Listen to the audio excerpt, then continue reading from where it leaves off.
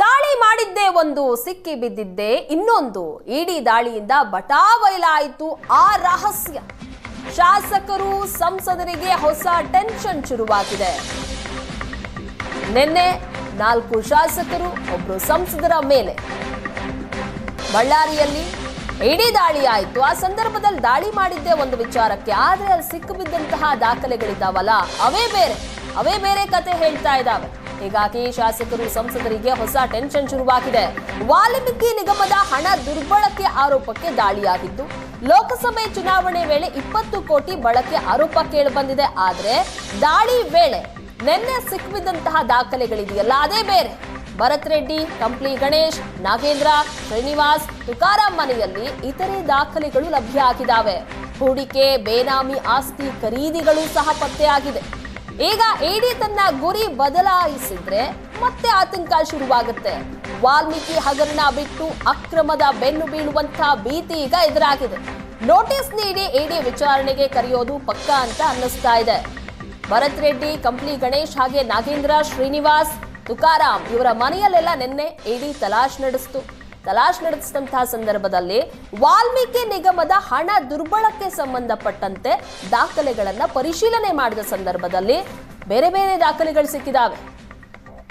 ಹೂಡಿಕೆ, ಬೇನಾಮಿ ಆಸ್ತಿ ಖರೀದಿಗಳು ಪತ್ತೆಯಾಗಿದ್ದಾವೆ.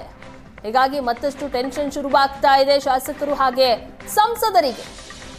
ವಾಲ್ಮೀಕಿ ಹಗರಣವನ್ನ ಬಿಟ್ಟು ಈಗ ಬೇರೆ ಬೇರೆ ದಾಖಲೆಗಳು ಸಿಕ್ಕಿದಾವಲ್ಲ, ಅದರ ಬಗ್ಗೆ ಸಹ ಈಗ ಬೆನ್ನು ಬೀಳುವಂತಹ ಸಾಧ್ಯತೆ ಇದೆ. ಇಡಿ ನೋಟಿಸ್ ಅನ್ನ ನೀಡಿ ಇಡಿ ವಿಚಾರಣೆಗೆ ಕರೆಯೋದು ಪಕ್ಕಾ ಅಂತ ಅನ್ನಿಸ್ತಾ ಇದೆ. ಈ ಬಗ್ಗೆ ಹೆಚ್ಚಿನ ಡೀಟೇಲ್ಸ್ ಕೊಡ್ತಾರೆ ನಮ್ಮ ಪ್ರತಿನಿಧಿ ನರಸಿಂಹಮೂರ್ತಿ. ನಿನ್ನೆ ವಾಲ್ಮೀಕಿ ನಿಗಮದ ಹಣ ದುರ್ಬಳಕೆ ಆರೋಪಕ್ಕೆ ಸಂಬಂಧಪಟ್ಟಂತೆ ಇಡಿ ಬಳ್ಳಾರಿಯ 4 ಶಾಸಕರು ಹಾಗೆ ಸಂಸದರ ಮನೆ ಮೇಲೆ ದಾಳಿ ನಡೆಸಿತು. ದಾಳಿ ಸಂದರ್ಭದಲ್ಲಿ ಈ ಪ್ರಕರಣಕ್ಕೆ ಸಂಬಂಧಪಟ್ಟಂತ ದಾಖಲೆಗಳು ಸಿಗೋದಕ್ಕಿಂತ ಬೇರೆ ಬೇರೆ ದಾಖಲೆಗಳು ಸಿಕ್ಕಿದಾವೆ. ಅವು ಏನ್ ಕತೆ ಹೇಳ್ತಾ ಇದ್ದಾವೆ? ಇದರಿಂದ ಏನೆಲ್ಲ ಸಂಕಷ್ಟಗಳನ್ನ ಎದುರಿಸಬೇಕಾಗತ್ತೆ?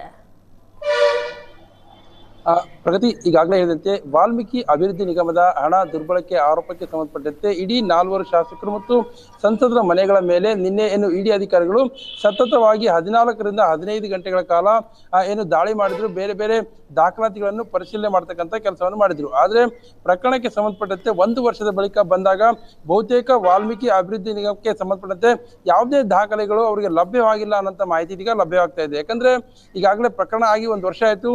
ಆ ಪ್ರಕರಣದಲ್ಲಿ ಮಾಜಿ ಸಚಿವ ನಾಗೇಂದ್ರ ಅವರು ಜೈಲಿಗೆ ಹೋಗಿ ಬಂದ್ರು.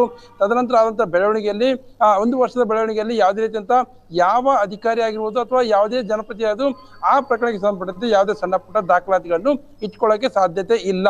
ಇದು ಕೇವಲ ಇಡಿ ಅಧಿಕಾರಿಗಳು ಒಂದಷ್ಟು ಫಾರ್ಮಾಲಿಟೀಸ್ಗಾಗಿ ದಾಳಿ ಮಾಡಿದ್ದಾರೆಯಾ ಅನ್ನೋಂಥ ಅನುಮಾನ ಕಾಡ್ತಾ ಇದೆ. ಕೇವಲ ನಾಗೇಂದ್ರ ಅವರ ಆಪ್ತರಾಗಿರ್ತಕ್ಕಂಥ ವಿಜಯ್ ಕುಮಾರ್ ಅವರ ಮೊಬೈಲ್ ಅಲ್ಲಿ ಸಿಕ್ಕಂತ ಒಂದು ಚೀಟಿಯ ಆಧಾರದ ಮೇಲೆ ಈ ದಾಳಿ ನಡೆದಿದೆ ಅನ್ನೋಂಥ ಮಾಹಿತಿ ಇದೀಗ ಲಭ್ಯವಾಗ್ತಿದೆ. ಆ ಚೀಟಿಯಲ್ಲಿ ಯಾವ್ಯಾವ ಶಾಸಕರಿಗೆ ಎಷ್ಟು ಹಣವನ್ನು ಕೊಡಲಾಗಿತ್ತು, ಲೋಕಸಭಾ ಚುನಾವಣೆಯಲ್ಲಿ ಯಾವ್ಯಾವ ಶಾಸಕರು ಎಷ್ಟು ಹಣವನ್ನು ಸಂದಾಯ ಮಾಡಲಾಗಿತ್ತು, ಪ್ರತಿ ಮತದಾರರಿಗೆ ಇಂತಿಷ್ಟು ಅಂದ್ರೆ ಪ್ರತಿ ಮತದಾರರಿಗೆ 200 ರೂಪಾಯಿ ಕೊಡುವಂತೆ ಒಂದು ಚೀಟಿಯಲ್ಲಿ ಬರೆದಿಲಾಗಿತ್ತು. ಆ ಚೀಟಿ ಸಿಕ್ಕಂತ ಹಿನ್ನೆಲೆಯಲ್ಲಿ ಇದೀಗ ದಾಳಿ ಮಾಡಿದೆ ಅನ್ನಲಾಗ್ತಿದೆ. ಆದ್ರೆ ದಾಳಿಯಲ್ಲಿ ವಾಲ್ಮೀಕಿ ಅಭಿವೃದ್ಧಿ ನಿಗಮಕ್ಕೆ ಸಂಬಂಧಪಟ್ಟದ್ದಲ್ಲದೆ ಬೇರೆ ಬೇರೆ ದಾಖಲಾತಿಗಳು ಸಿಕ್ಕಿದ್ದೇವೆ ಅನ್ನೋಂಥ ಅನುಮಾನ ಕಾಡ್ತಾ ಇದೆ.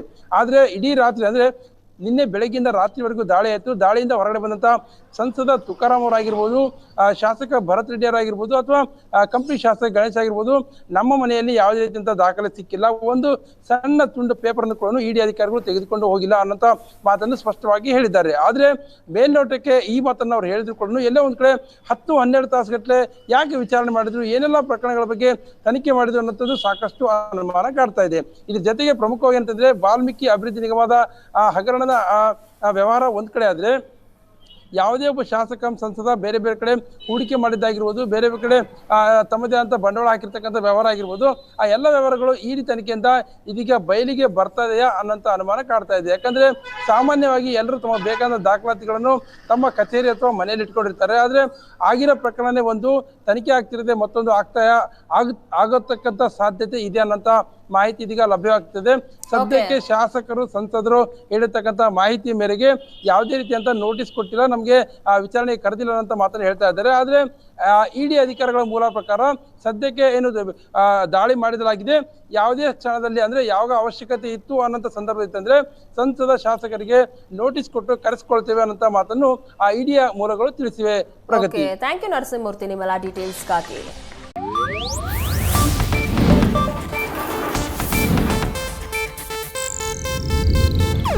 ಇದು ಏಷ್ಯಾನೆಟ್ ನ್ಯೂಸ್ ನೆಟ್ವರ್ಕ್ ಪ್ರಸ್ತುತಿ.